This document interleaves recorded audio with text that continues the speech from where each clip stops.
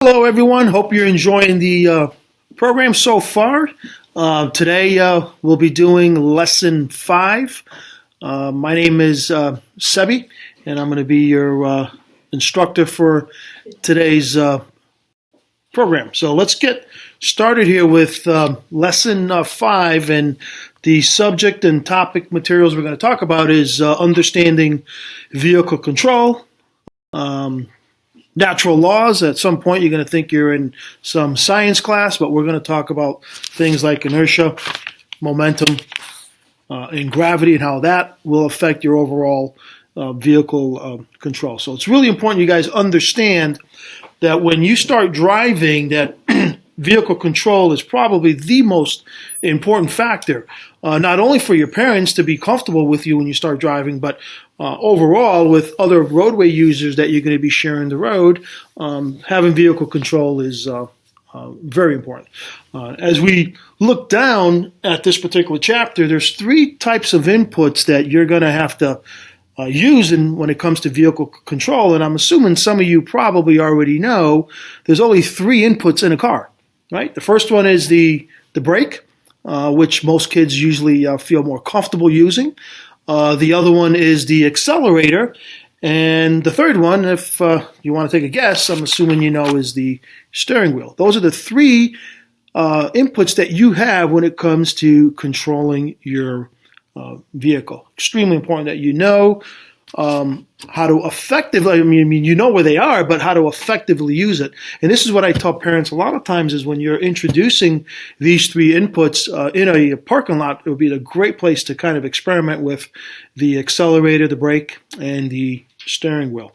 So let's move along here. If you look at the chapter, the objectives that we're going to hopefully cover would be to identify vehicles' operating space, which would be your following distance, and vehicles in front of you and to the sides of you, and more importantly, who's behind you. Again, these are important factors that we're going to talk about, and I would assume earlier in the chapter book, we talked about visibility, time, and space. Those 3 things are going to be extremely important when we are kind of going through this particular chapter. Explain the benefits of selecting a alternate plan of travel, which is something that your driving instructor will teach you when you're out on the road. You always want to be planning some type of alternate escape route. So as a driver, you might not understand this as a beginner, but as you start to develop, as you start to get better situational awareness, you're going to be able to determine this a lot quicker. Describe the impact of road surface. Absolutely, road surface has a lot to do with traction.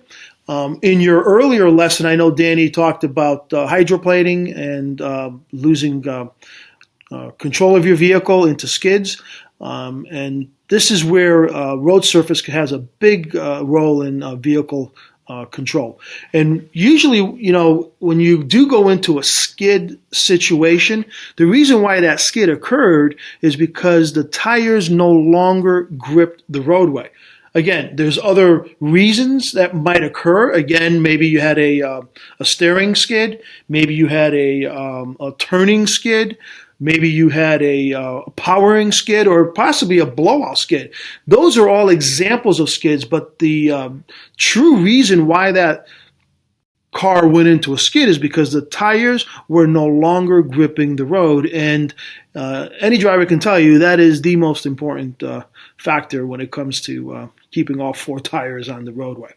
We'll talk about the natural laws that affect traction. We already said that earlier.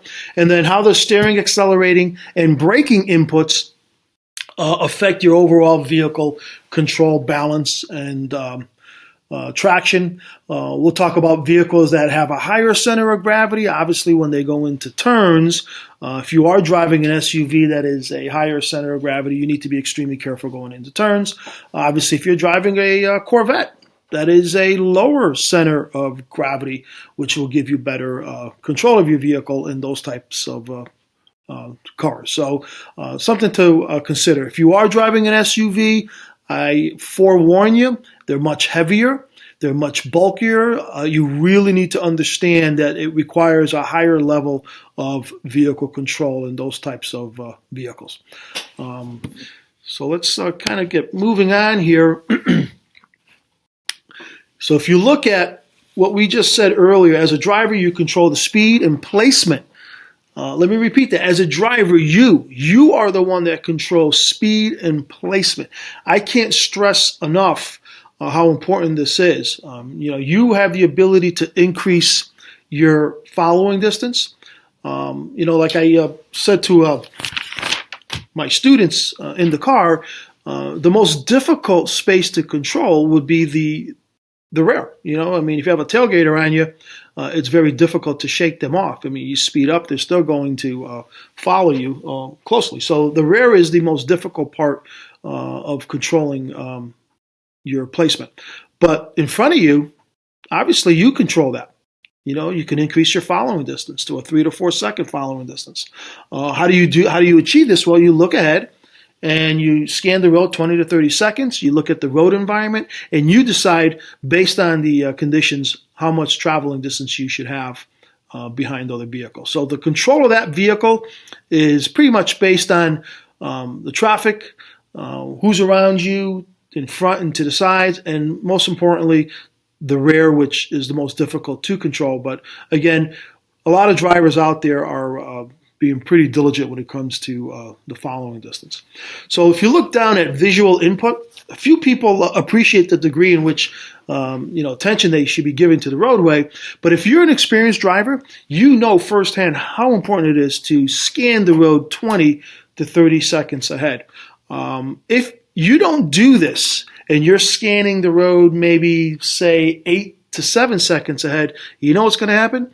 You're not going to pick up information quick enough, and everything will be a surprise. And I see this a lot with young kids, is that they look too close in front of their vehicle, right in front of the car, and they miss things like stop signs. They don't know when to slow down. And again, I'm looking over at them and I'm telling them, hey, look up, look ahead, and you'll start to pick up more information. And where should you look when you're scanning the road 20 to 30? Well, let's kind of look at our lessons with our parents. Where is the information located? Most of the times on the right edge of the roadway is where the speed limit sign is, where the warning sign is located, and that will give you the information you need in order to make good decisions. I had a kid that was having a really difficult time with proper lane selection. He was always not going in the correct lane ahead of time, and that was because he wasn't looking at the information that was up in front.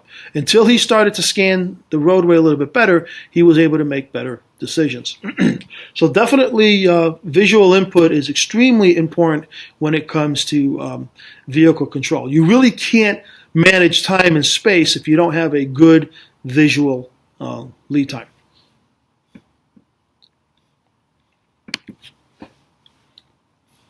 So let's get into operating space here. As a driver, at all times you will need to adequately operate space in front, to the sides, and to the rear. I already said this earlier. I kind of jumped the gun here a little bit, but we're going to talk about what this particular vehicle you're looking at right here. As you can see, that red car has this imaginary bubble around the vehicle. I like to call that, believe it or not, my happy place. Whenever a student can achieve that area and keep it clear and free from other cars, I'm pretty happy.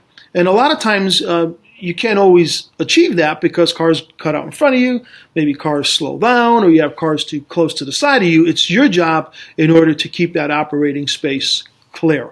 In the beginning, it's extremely hard for young drivers to understand this concept, but as you start to develop, as you start to understand how to control your vehicle better, you'll be doing this a lot easier, and believe it or not, without thinking about it too much. The need for space, obviously the operating space is required in front of your vehicle as you travel faster. As you start to get up maybe to highway speeds, you might want to look a little bit more further. In relationship to time and space, you might want to increase your following distance. So the faster you're traveling, the more following distance you should have in front of you. The the less visibility you have, the more traveling distance you should give yourself as far as space is concerned. So those are two concepts that you want to look at. As you're traveling faster and as visibility is diminished, you want to increase your following distance, not really getting into the aspect that inclement weather could pose a challenge also. So when we get into, and I think Danny already discussed the inclement and driving emergency scenarios. But again, as far as vehicle control is concerned, we're not going to add in the fact that you brake too hard, the fact that you went into a turn too quickly, or any inclement weather. I can go on, because if I want to paint a scenario here when it comes to vehicle control, I can give you the worst case scenario. Let's assume that you are driving on a bright sunny day. Everything looks fantastic. And all of a sudden you pick up two of your friends and you head out to, dinner. And within maybe that drive time, it gets dark. So here you go. You have to deal with an inclement weather condition, night driving. At the same time, you are following maybe your GPS, so you're kind of slightly distracted, and maybe your passengers in the car are distracting you. In addition to that, it could start to rain. There might be road construction. So you take that perfectly good day that you had, picking up your friends, going to dinner, and it can change on you. That's why it's important that you always understand that you need to change your demeanor when it comes to speed and vehicle control.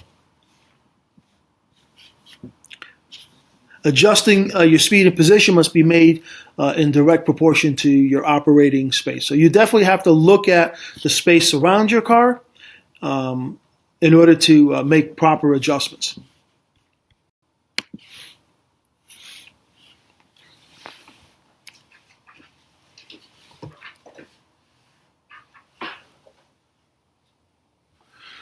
All right, so targeting a line of sight. Sometimes people might call this a sight line or a line of sight. It's really important that you allow enough distance to stop in response to any threatening objects or conditions. You must identify this within a 12 to 15. So let's just break this down a little bit further. We said that you should be looking how far ahead? That's right, 20 to 30 seconds. But now we're going to kind of break this down. We're going to look at and identify our target area. Sometimes we call this the identifying area, which is 12 to 15. What does this mean? Well, that basically means that, when you scan something 20 to 30, you're really not giving it your undivided attention. You're just kind of throwing out your eyes out there. And then as you get closer, something might catch your attention. And that probably is going to be a 12 to 15 second distance. And that's where you give something a little bit more attention. Let's just say that you're traveling down the road and you see something that catches your attention.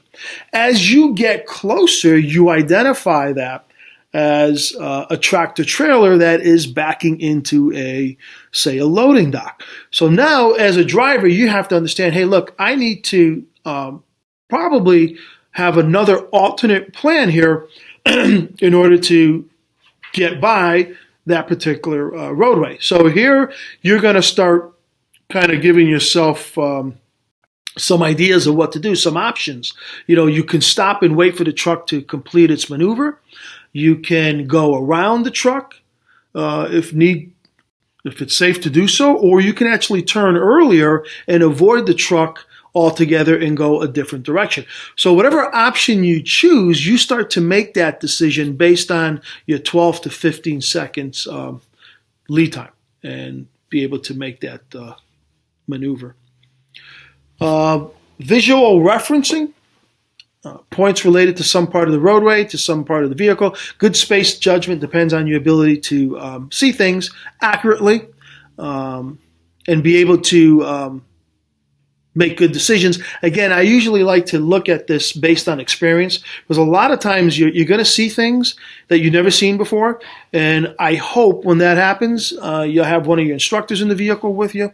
You'll have one of your parents in there to better explain to you what's going on, and they can coach you through something you've never seen before. And over time, you will have this vast knowledge of experience based on these things that you see over and over on the roadway. That's why it's really important that you get out there a lot and practice as much as you can.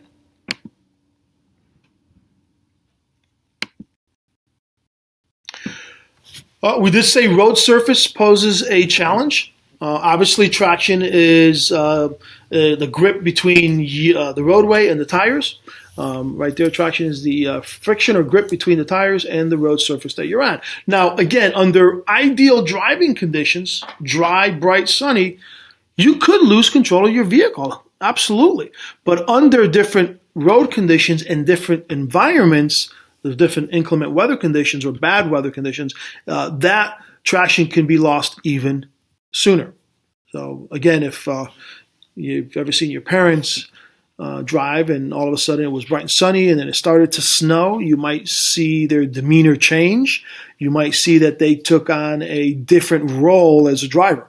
That's what I want you to understand is whenever that traction is compromised, you have to understand that you are going to have to change your driving pattern for that situation. Traction varies with vehicle speed, tire condition, and road surface. As a driver, you need to control your vehicle speed and condition of your tires.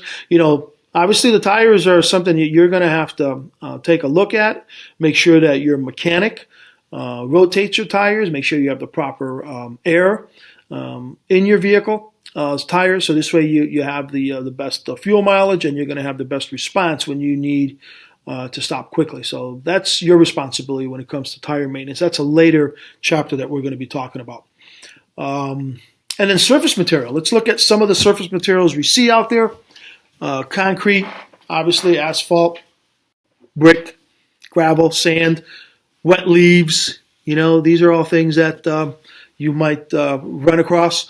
I know from firsthand is driving my vehicle on sand at the beach one time, and I made the bad mistake driving over that sand and not realizing that if you don't have a 4x4, you're not going to be able to get off of that particular surface. So definitely road surface has a lot to do with vehicle traction and control.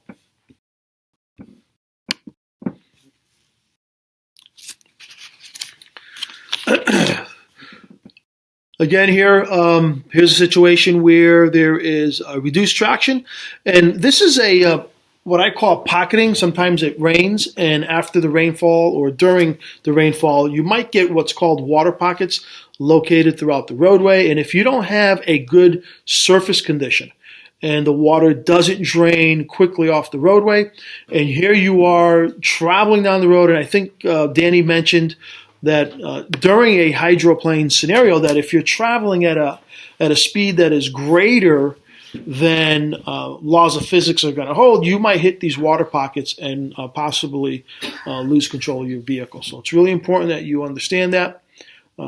Poor road conditions, such as roadway that's not surfaced correctly, or potholes. We see a lot of those right now.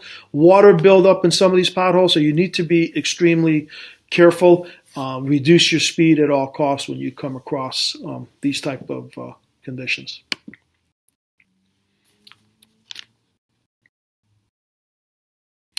Over bridges, surfaces tend to freeze quicker, so be aware of that. Again, overpasses, shady areas, wet leaves, windy conditions. These can all pose a serious condition to vehicle control. If you look further down, we have a picture here of 3 different types of designs to roadways, and the most common one that we see is the crowned roadway, and we sometimes call it a hump, and in the middle is much higher. And this way, when it does rain, it will pour off to the sides immediately. And some roadways have good drainage, so the water gets off the roadway a lot quicker. But then you can see we have different variations of roadways here, which are throughout our Connecticut roads. So again, road condition does affect your vehicle traction.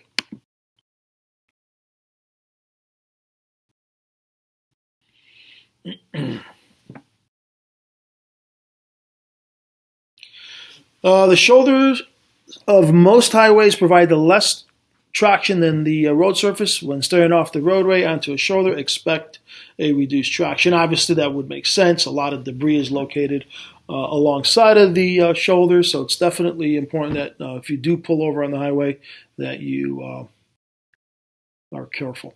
So let's scroll down here and start looking at some of the natural laws that, unfortunately, it doesn't matter. It affects every single one of us on this planet. There's nothing we can do about it. But more so when you're behind the vehicle of a car. You just merely can't drive the car the same way for every single road condition. So we're going to talk a little bit about the natural laws that will affect your overall vehicle control. If you look at this picture here, you see a car is traveling down the roadway and there's a curve up ahead.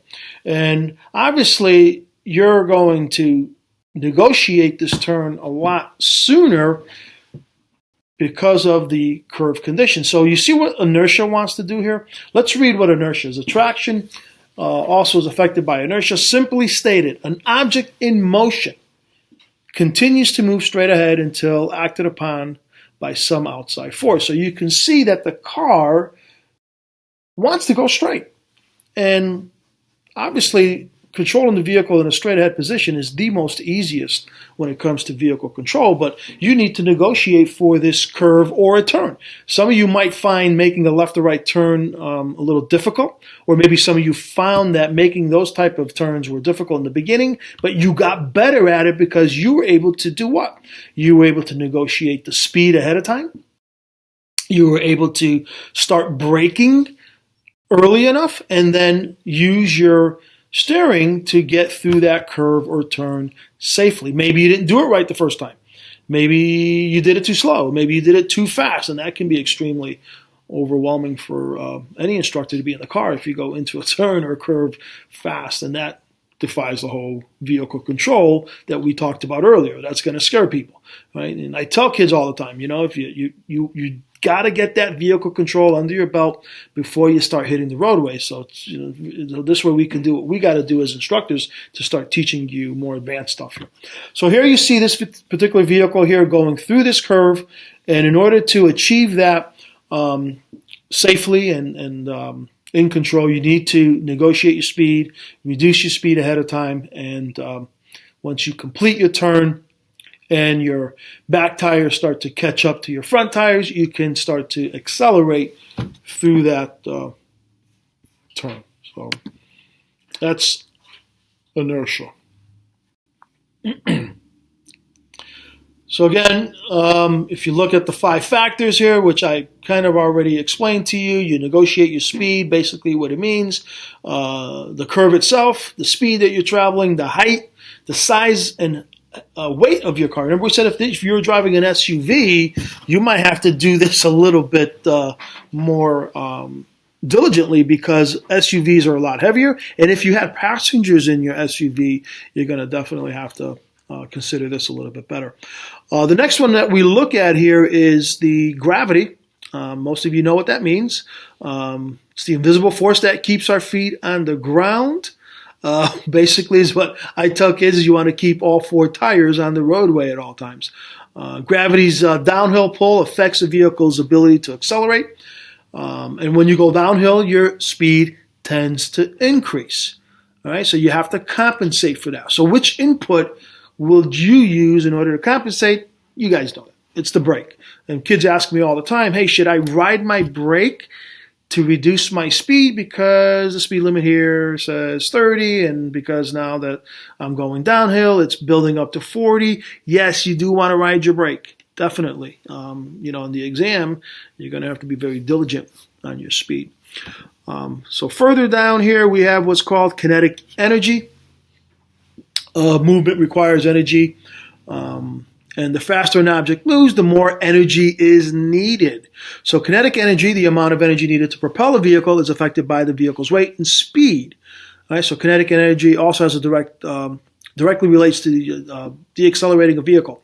So if you double your speed, obviously it's going to take you 4 times more to stop. And these are things that Sorry about that. These are things that you need to understand. With kinetic energy, we also have something that's called momentum. So once you build up that speed, you're going to have this momentum that is either going to be a good thing or a bad thing, depending on what you're going to be doing. You know, obviously the rate of acceleration, which we're going to talk about in chapter 4, is easier to keep at a higher speed. Right? So the rate of acceleration requires less accelerator once you have that momentum, or what we call highway speed. But just keep in mind, kinetic energy is the energy it takes to move something. And if you're going faster in that car, understand it's going to require you a lot longer to stop. So that's why when you're on the highway traveling 65 miles an hour, you want to increase your following distance to 4 to 5 seconds. So if you need to stop your vehicle, you can do so safely and in time. So if you read on the bottom there, braking distance needed to stop a vehicle increases by the square of the amount of speed, obviously, is increased. For example, if a vehicle speed doubles from 20 miles an hour to 40, the distance needed to stop the vehicle increases 4 times. Good. Let's move on. So if you look here, vehicle suspension and balance and traction. Says their vehicle, single vehicle crashes. And this is a statistic that a lot of kids don't know, that 50% of all crashes are single car crashes.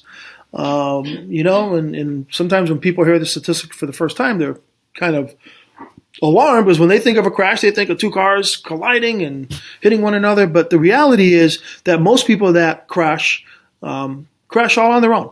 Maybe they hit the moving tree. No, that's a joke. Or maybe they were going too fast for the road conditions and lost control. Or maybe they were texting. You know, sometimes people undertake risky driving behaviors when they're told not to. Drinking and driving. That was another segment that Marco was talking about earlier in the lesson. So these are, you know, things that you have to be responsible. But a lot of times these crashes are single car crashes. So you definitely want to keep that into consideration. And for young drivers, a lot of times these single car crashes are because of improper steering, driving too fast, right? Braking in a way that causes you to lose control of your vehicle. So it's important that you understand how to control your vehicle. We're going to get into a little bit of vehicle balance and weight distribution. So what I want to talk about here a little bit is what we call centrifugal force, and you kind of feel this in a turn when you're going too fast. Again, as a young driver, if you brake really, really hard, what's going to happen? You're going to have what's called a forward pitch. So again, if you brake too hard, you're going to have what's called a forward pitch. And, oh man, I kind of just jumped the gun here. Here we go. All right. So here's an example of a forward pitch. This particular SUV right here.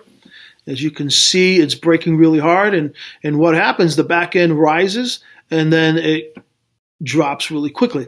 Obviously, that's a bad brake. If you did that for no apparent reason and you're in a parking lot learning how to hit the brake and slow down, then that's the place for it. But if you brake like that all the time, we're going to have a problem here, right? And then look up over here on this example here. This person accelerated too quickly. So we have what's called a backward pitch.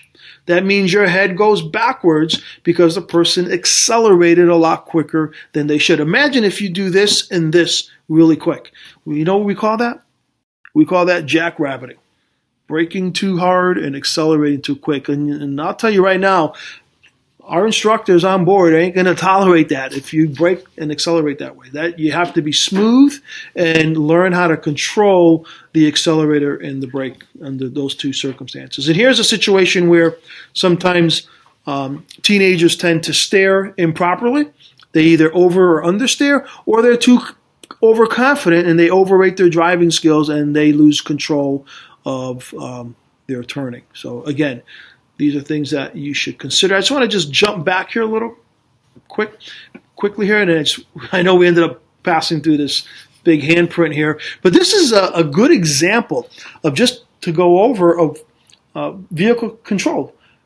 all you really have at any given point is 4 handprints that are keeping you on the roadway.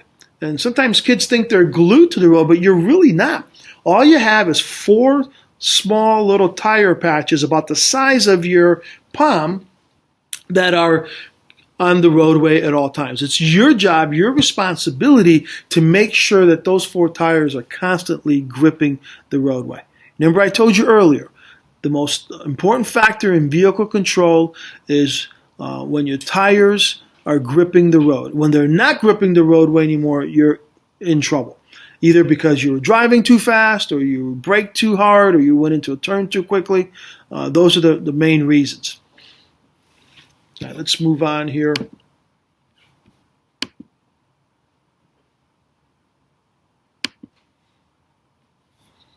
All right. So obviously, you want to maximize your traction. Again, seat position would be a good place to start. We're going to talk about getting started to drive in Chapter 4 here. So we'll talk a little bit more about getting yourself ready with starting the vehicle. Let's move along to Chapter 4 here. Hope you enjoyed the first section. And like we said, we're going to move on to starting, steering, and stopping your vehicle. In this particular chapter, we're going to demonstrate the proper sequence for getting in and starting your engine. We'll talk about proper hand position on the steering wheel, the different types of steering techniques that are most effective. We'll describe the proper foot position for optimal acceleration and brake control. I think some of you are pretty knowledgeable about this already, but we'll cover a few of those different points there when it comes to the accelerator and braking. Remember, we said there's 3 inputs to control your vehicle, and that's the steering, braking, and accelerating. And you need to know how to do those very well in order to have some decent vehicle control. So we'll talk about that. Describe the proper sequence for putting the vehicle in motion. And then we will identify techniques for slowing and braking, describe proper procedures for safe braking, and procedures for stopping and securing your vehicle. Again, I'm going to try to scroll with this here. It's kind of laggy. Let's see if we can get it to move here. Alrighty, so let's move over into the first section, starting the engine. Forming good habits. It's really important that you get into a habit of starting your engine. Always place your foot on the brake. Kids always ask me this, and definitely is where you want to put your foot. Check to ensure that the parking brake is set. Check to make sure that the selector is in park. Again, most cars have it at the center steering column. Sometimes, steering column selector, or most cars have it at the middle console. Turn the key clockwise to start the engine. Sometimes you might have a push start button. Again, we have a couple cars that are key ignition and one that is, I think, a couple that are push start. So we'll definitely cover that with you when you get in the car. As soon as your engine starts, release the key or the button, whichever one. Sometimes you kids hold on to it a little too long, and that's not good for the starter. Or sometimes you guys don't do it long enough and the car engine never turns over. So practice this at home. Again, these are things that if your parents are okay with it and you're not going to move the car, you can kind of go in and start the car and shut the engine off, play around with some of the controls that are in that vehicle. Get yourself acclimated with the controls in there, know where they're located. So it's good practice to do that even before you start, or even if you don't start, just go in there and start to learn a little bit about the vehicle. We spend a little bit of time with the car that we have before we get going. I want you to get comfortable with the indicator, the brakes, and so forth. Once you start it, let it do its pre-check. Let the car idle for about maybe 5 to 10 seconds. What's really happening in there is the car is going through its check. And once everything is normal, the instrument panel should light up normal. If anything stays on, like maybe a check engine light or brake light, you might want to tell your parents about it. All right, so these are some of the things that to consider. And we're going to get into effective steering here, vehicle control position with both hands. Kids ask me, but you know what, Seb? I see people driving with just one hand. Is it possible to drive with two? Absolutely. I'm sorry. Absolutely, you should be driving with two hands for effective steering and control of the vehicle. Not that you can't drive with one hand, it's possible, but if you make an evasive steering maneuver, say a little kid comes out running in front of you, you're going to be probably late to react with just one hand. Again, you could drive with one hand, but if you have to react to something, you're not going to be able to do it. That's why protocol always requires us to have proper hand position. So turning the steering wheel clockwise will cause the vehicle to change direction to the right, obviously, turning it to the left, and so forth. So the two types of hand position that we talk about is hand-to-hand steering, hand-over-hand steering, and then one-handed steering. Let's look hand-to-hand, and what we call is the push and pull method or the shuffle method of the of controlling the car. So really, your hands never really cross. They kind of, see if I can get onto the screen here, and they just shuffle. Why do people do this type of steering? Maybe elderly people with arthritis in the shoulder can't really lift their shoulders high enough and find it really uncomfortable doing the hand-over-hand steering. So the shuffle method tends to work well for these people. Further down, again, I got to scroll over here, sorry. Hand-to-hand or hand-over-hand steering. This technique, what happens is your hands will cross over as you make the turn. A lot of times this technique is the best technique because it allows you the best hand position to be in an evasive maneuver. So we recommend the 9 and 3 o'clock, and it allows you to quickly turn in one direction and then come back the other way to avoid hitting something. So the hand-over-hand technique gives you the best, in my opinion, vehicle of steering wheel control. A lot of times kids ask me, hey, can you help me with the turning? I get a little confused here when it comes to making the turns. And obviously some kids might have a difficult time with right turns. Some other kids might have a difficult time with left turn. And we'll definitely help you out if you're having a hard time with the steering wheel.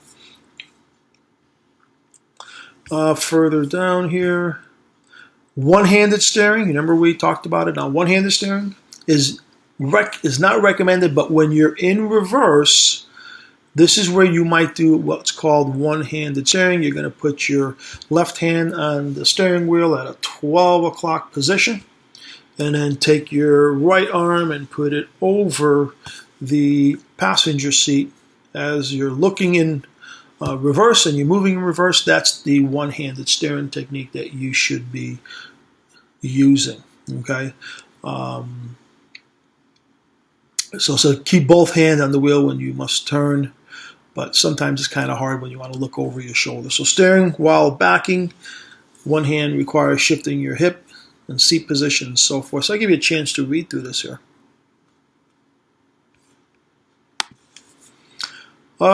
Teenagers are notorious for making improper steering. Research shows that substantial percentage of crashes involving 16-year-old drivers results from failure to making a quick turn or from a proper evasive turn. All right, so definitely improper steering is common with young teen drivers.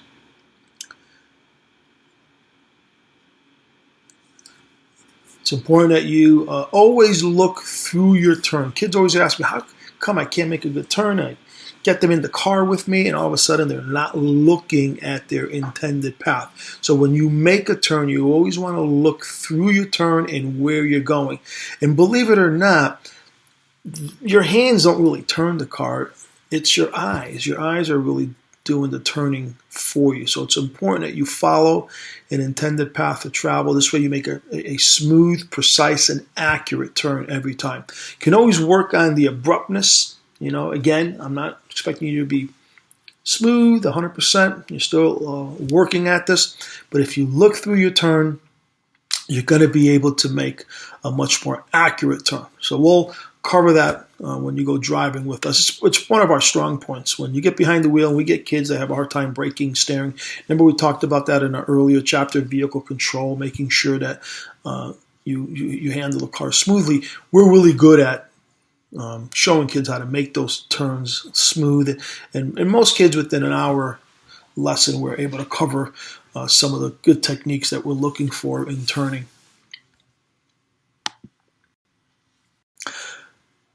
So passing stationary objects. When you pass, search 20 to 30 seconds so you can make corrections in your steering, so you can better position your vehicle. We talked about this earlier. Vehicle position is important. And being smooth in how you leave a particular lane and enter a lane, it requires very minor adjustment with your steering correction. Make minor adjustments sometimes with the wheel. Don't want to be late on doing this, or you're going to find yourself in trouble. Road feel, right? What does that mean? Some of you probably don't understand this. Again, as you start to drive more, you'll be able to feel the tires on the road, and you can get a good feel of how fast you're going, and you can kind of gauge your tracking of that vehicle. Okay. Most cars have power steering. It's a great feature. Makes it really easy to control your steering wheel. Should be very little play in your steering wheel anyhow, and it should feel really easy to maneuver. All right, position your foot on the accelerator. We always tell kids to drive with just one foot. Why do we do this? Obviously, if you are in a situation where you need to react, if you have both feet on the pedal, you're going to get confused and you might hit both at the same time, and that kind of defeats the whole purpose. That's why we recommend just using the right foot only when driving. So this way you can pivot back and forth and you know which one you need to use. Both feet on the pedal, probably not a good idea. Most drivers brake with the right foot, which ensures that pressure is completely off the accelerator when you're braking, so there's no confusion there. Good. Placement of the foot. Again, it's all based on size of the foot, your pedals. Get comfortable. I tell kids you want to pivot somewhat back and forth, put that heel somewhere in the middle, and you can get a nice feel for the brake and the accelerator. Again, kids, get in your parents' car and kind of play around with this. So place the heel of your left foot on the floor to the left, resting on the dead pedal, which is that area where you put your left foot. It's not recommended a new driver use both feet. Again, this can complicate things. All right, accelerating. Let's talk about the acceleration. We obviously keep your foot on the brake. Shift to drive, release the brake signal. Always look over your shoulder before entering traffic. So whenever you're in a non-moving position, always check your mirror, your blind spot, and use your indicator. There are 4 different types of accelerating here that I want to kind of go over. So for effective speed control, there are a couple accelerated techniques. And you're probably doing this already, just in different variations when you're on the road. You have the first one is called idle acceleration, where simply just kind of letting the car move. Most of you know if you've moved your parents' car already, I think you have. You put it in gear, the car is already RPMing at about 800 to 900. So the car generally moves forward without any use of the accelerator. So that's used a lot in maybe a driveway, in a parking lot, in areas where you just need to move extremely slow. Then we have light acceleration, the purpose of which is to maintain a slow-moving motion. Maybe you're stuck in highway speeds and you just kind of light acceleration, gradually moving along with other cars. Number three, progressive, which you put some more pressure and you hit it firmly, you start to increase speed. So maybe you go from a 25-mile-an-hour zone and you see a change to 40, and you start to use the progression acceleration to get up to the rate of speed. And then the last one there, you have thrust acceleration, a firm push or thrust of the accelerator for increased acceleration. Again, we use this maybe to avoid a collision, merging on the highway, right? You want to be able to get up to speed and get the car moving a lot quicker. So here are your different types of accelerating or acceleration. Much easier to keep your rate of acceleration at a higher speed.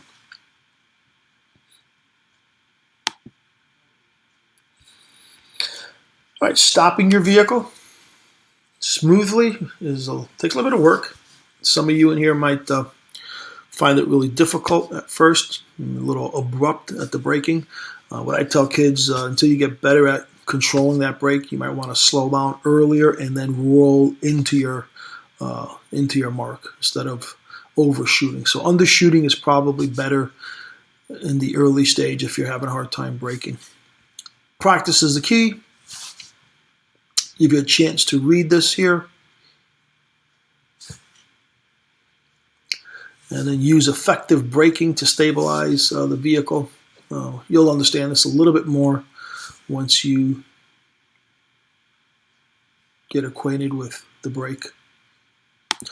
Over here, we have 4 levels of deacceleration.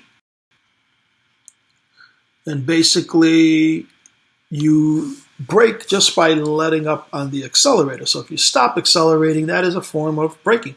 If you do it too quickly, sometimes if you let up too quickly in the accelerator, it could give you the reverse effect of braking too quick. So definitely taking your foot off the accelerator is one way of slowing down. Number 2, we have controlled or squeeze braking. It's done with some squeeze motion on the brake. Again, you want to transfer some of that speed and slow the vehicle down.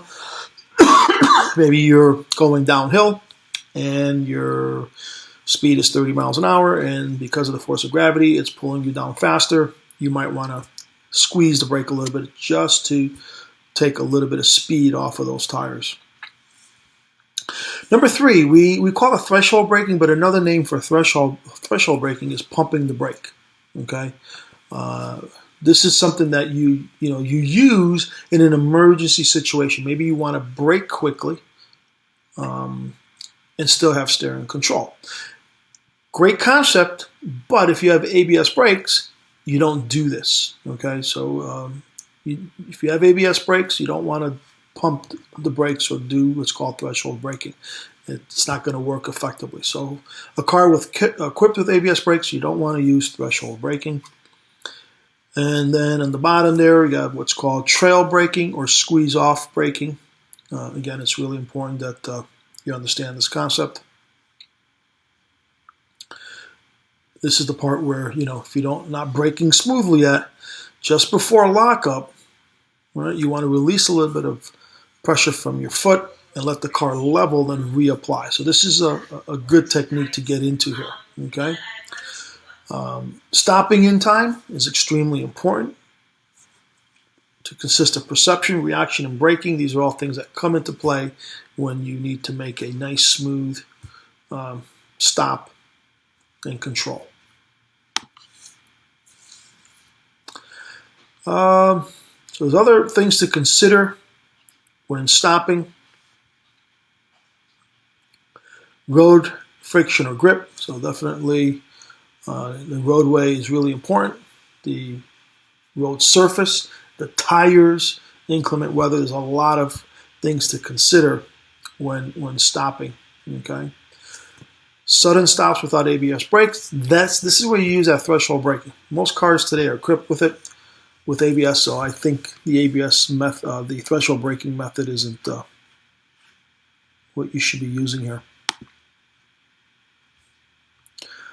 ABS brakes, how's it work? Well, the computer on board senses your tires aren't turning anymore, and it will pump for you And the reason why we want to pump the brakes so the tires still spin a little bit and gives you steering control in order to avoid hitting something. And there's the ABS symbol.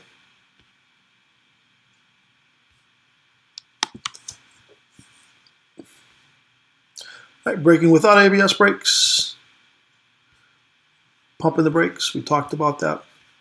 Power brakes just makes it easier for you to hit the brakes. Without it, it would be very difficult. Some older cars are not equipped with power steering or power brakes. Not fun. Hand signals. Talked about that already in a previous lesson. Backing up, maintain control.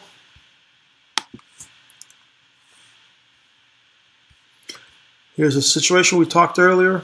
Proper position here is the one-handed steering at the 12 o'clock, and this right arm is over the passenger seat.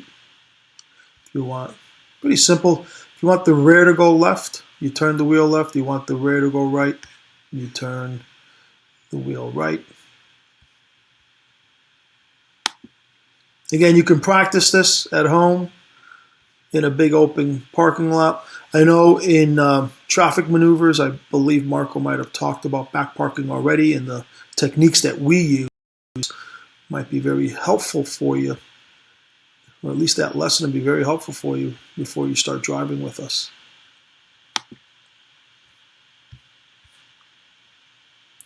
Good habits to look at when you stop your vehicle.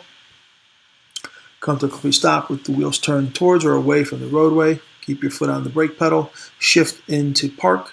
Turn off all your lights. Shut off your AC or heating things. I like to keep everything off. Unplug your chargers. I think it would make sense. Roll up your windows. Turn off the ignition. And then secure and lock the vehicle. Kids always ask me, should I put up the parking brake? Yes, you're in park. The parking brake should go up. It's in the Connecticut driver's manual for us to use it. A lot of people, I know your parents don't use it often, and I sometimes don't use it. The motor vehicle, sometimes examiners don't say anything, but it is part of the exam. All right, so here are questions. We're going to be concluding this lesson. Hope to see you again. So here are some of the questions you can just look at. And I hope you enjoyed today's lesson. If you have any questions, again, you can always reach out to us. All right, have a good day. Thank you. All right, guys, awesome. First part lecture there is done. You are doing great. Keep paying attention. Moving on to the next video, and it's coming up right now. If everyone went in the same direction at the same speed, we might not need rules. But people want to go in different directions at different speeds. Fortunately, there are traffic control devices that guide and inform us along our routes. Recognizing these signs, signals, and road markings can give you advance notice of changes ahead, such as lane merges, reductions in speed, and upcoming intersections. Knowing what traffic control devices mean allows you to anticipate and react to changing traffic conditions so that you can drive safely. First, let's discuss traffic signs. Signs are one of the easiest and quickest ways that drivers get useful information along their route. The use of different shapes and colors allows the sign's meanings to be easily recognized, even from a distance. For example, both the shape and color of this sign tell you to stop. As a rule, the color red indicates stop or identifies a significant prohibition, that is, something you cannot do. Black and white signs provide regulatory information. Their placement along the roadway also marks where the regulation actually goes into effect. Yellow signs provide warnings of potentially risky situations ahead. They alert you to curves, speed limit changes, railroad crossings, slippery roads, and other conditions that it helps to know about in advance. Yellow diamond-shaped warning signs might also appear before prohibition or regulatory signs to warn you of an upcoming change. There's no doubt that you'll find yourself driving through construction zones at some point. Yes, the construction equipment is usually a giveaway, but orange signs also identify construction zones. Begin to slow down to the reduced speed limit before you enter this zone. Green signs provide you with the distance or directions to cities, alternate routes, and other destination information. Blue signs provide service-related information such as where to find food, lodging, fuel, hospitals, and handicap-accessible areas. Brown signs identify recreation facilities such as parks, campgrounds, fishing sites, and boat launches. Fluorescent pink is the newest color to be added to the range of traffic sign colors, and it is used to identify incident management zones. These signs alert drivers to temporary work zones, emergencies, detours, and other unusual situations or traffic conditions. Clearly, the signs along the roadway are there for your benefit. They can help you get where you want to go more efficiently and warn you of any potential risks that are ahead. So use them for all they're worth. Signs aren't the only traffic controls you'll see. Some of the most important information you get on the road is in the form of traffic signals. Traffic signals control the flow of traffic at intersections. A green light means that when traffic is cleared, you may proceed, if it is safe to do so. A red light tells you to stop and not enter the intersection. A yellow light means that your right-of-way is expiring, and you should clear the intersection when safe to do so. If a traffic signal turns yellow while you're approaching an intersection, stop before entering the intersection if you can do so safely. If you're already in the intersection when the signal turns yellow, continue through the intersection. But do not accelerate to get through an intersection before the signal turns from yellow to red. Other drivers may not see you in time to avoid a collision. Throughout the United States, you may turn right at a red traffic signal after you have come to a complete stop, unless prohibited by a sign or signal. As you turn right on red, watch out for pedestrians and cross traffic from the left. What about flashing signal lights? A flashing yellow light means that you need to slow down and proceed through the intersection with caution. Keep in mind that cross traffic may not stop. Always treat a flashing red light as a stop sign. Stop at the intersection and wait until there's an adequate break in traffic before entering the intersection. If the light is flashing red in all directions, treat it as an all-way stop sign. If two or more drivers arrive at the same time at an all-way stop, you must yield the right-of-way to the driver to your right. If the intersection has no signs or the traffic control signal is not working, treat it as an all-way stop, where all drivers approaching from any direction must stop before entering the intersection. A green arrow on the signal tells you that you have a protected turn and that opposing traffic has been signaled to not cross your path. If the green left turn arrow goes off and no red light or red arrow appears, you may still turn left, but you must first yield to opposing traffic. These general guidelines about traffic signals are always subject to local laws, so check your local laws for any variations.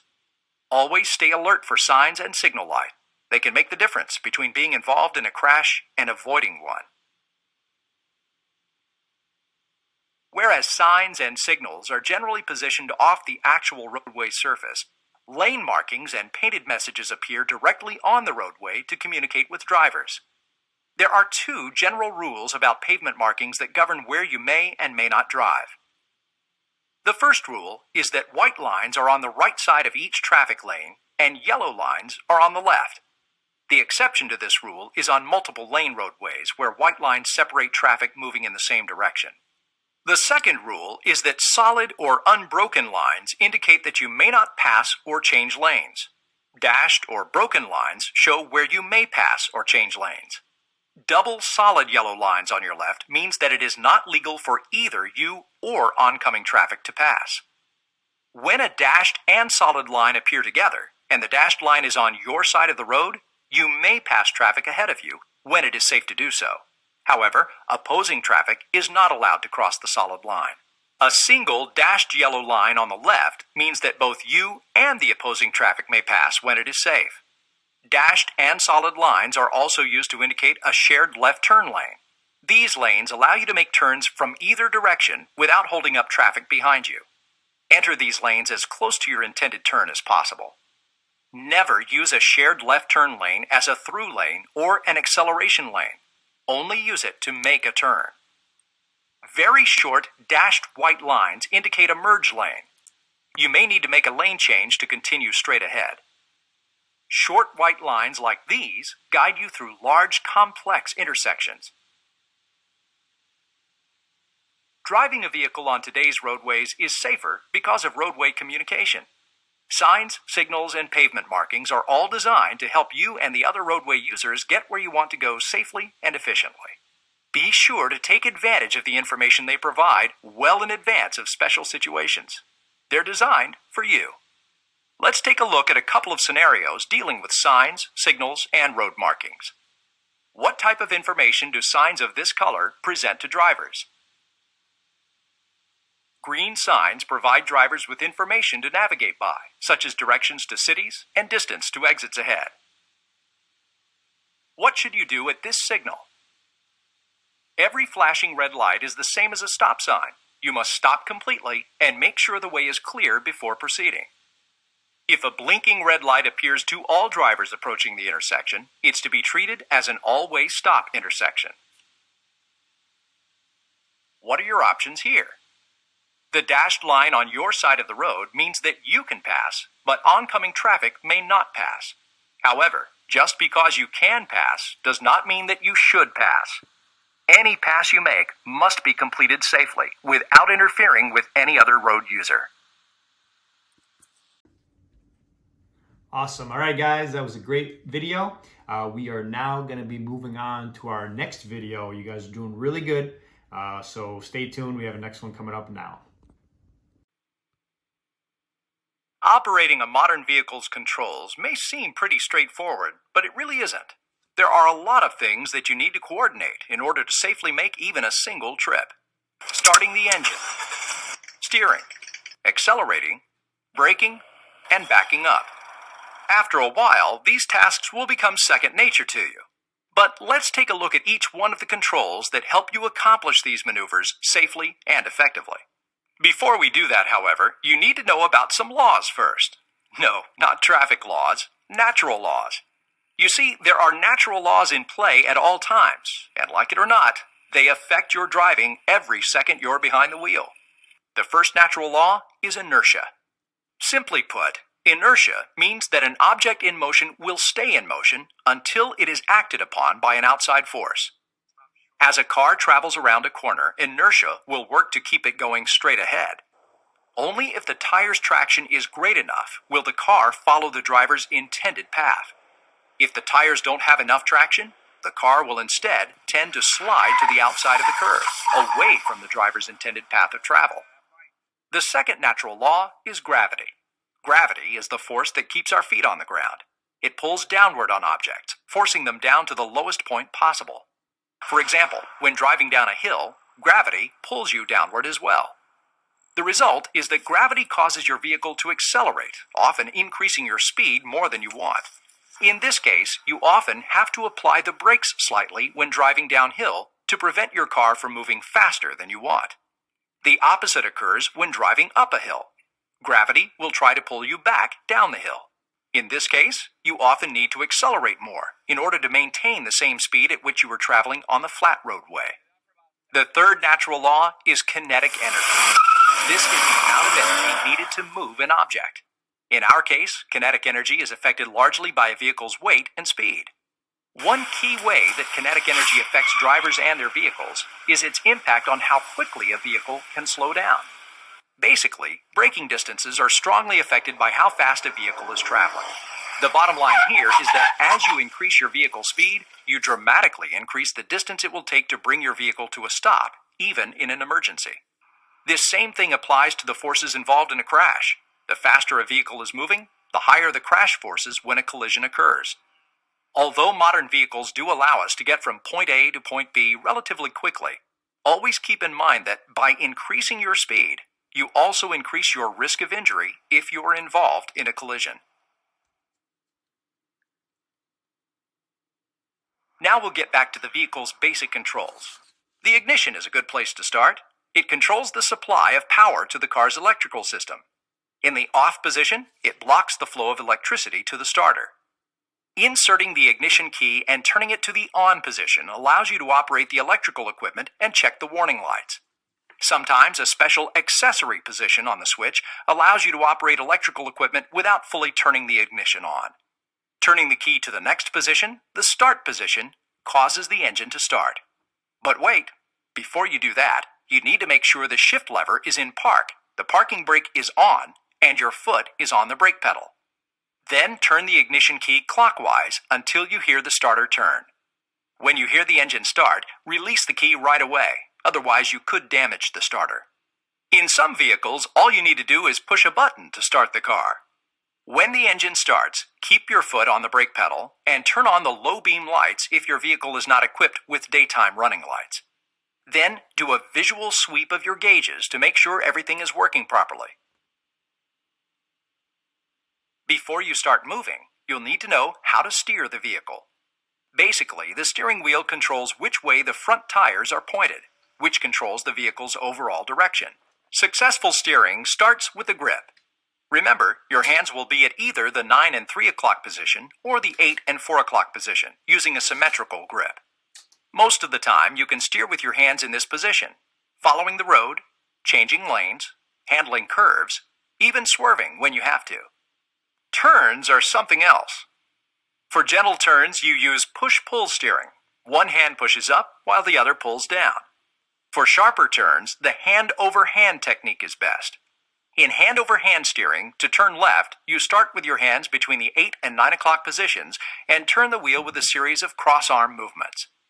Both the push-pull and hand-over-hand methods can provide continuous control, but the push-pull method tends to be less fatiguing, and with both hands almost always on the wheel, it helps the driver maintain control in the event of an emergency. Also, since your hands are never placed directly between the airbag and your face, there's less chance of injury to your face, hands, and arms in frontal crashes when the airbag inflates than with the hand-over-hand method. You may want to try each method to determine which one works best for you. Now, we're ready to move off. The first step is to move the shift lever.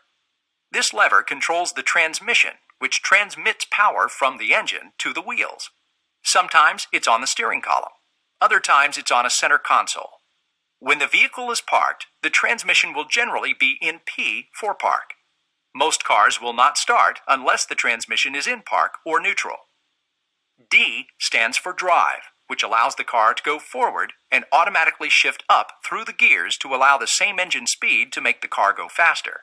Most of the time, you'll just leave the transmission in drive.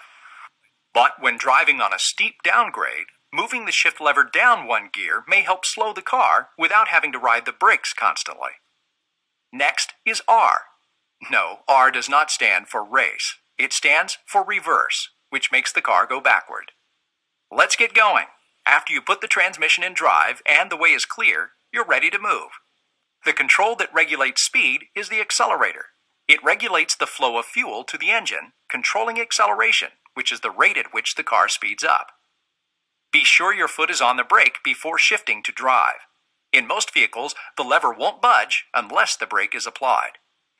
After putting the vehicle in drive, you release the parking brake. Check to make sure traffic is clear and then gently depress the accelerator pedal. Keep your heel on the floor and, using your ankle as the pivot point, press down gradually with your toes. As the car begins to move, you can gently press down a little harder until you're accelerating at the desired rate. When you reach the speed appropriate for conditions, you want to ease up on the accelerator until you're just maintaining that speed. Once you're moving, you're going to need to slow down at some point, and that means braking. Well, that's one way. It causes a lot of wear to the brakes, though. The key to smooth stopping is looking far enough ahead to begin slowing down early.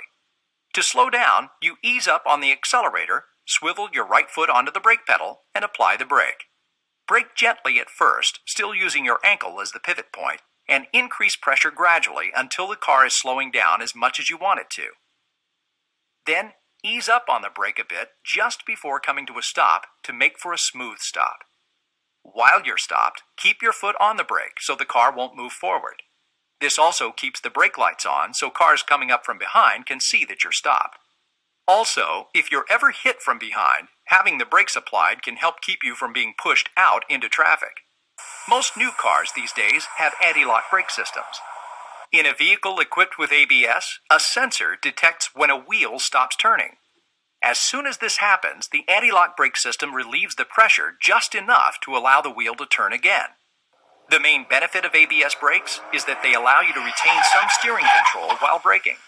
However, contrary to popular belief, anti-lock brakes do not shorten your stopping distance. With ABS, it takes just as long to come to a stop as it does in a car without ABS, in dry or slick conditions. You know your vehicle is equipped with anti-lock brakes if you see the ABS icon lit up on the dash when you start the vehicle.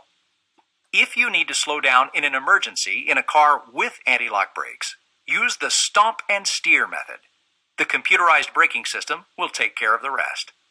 Press firmly, but do not pump the brake. When you put on the brakes hard enough to make the wheels lock momentarily, you'll typically feel the brake pedal pulse back against your foot. This is normal. A driver who isn't used to the pulsing or other sounds made by ABS may think the brakes are not working properly.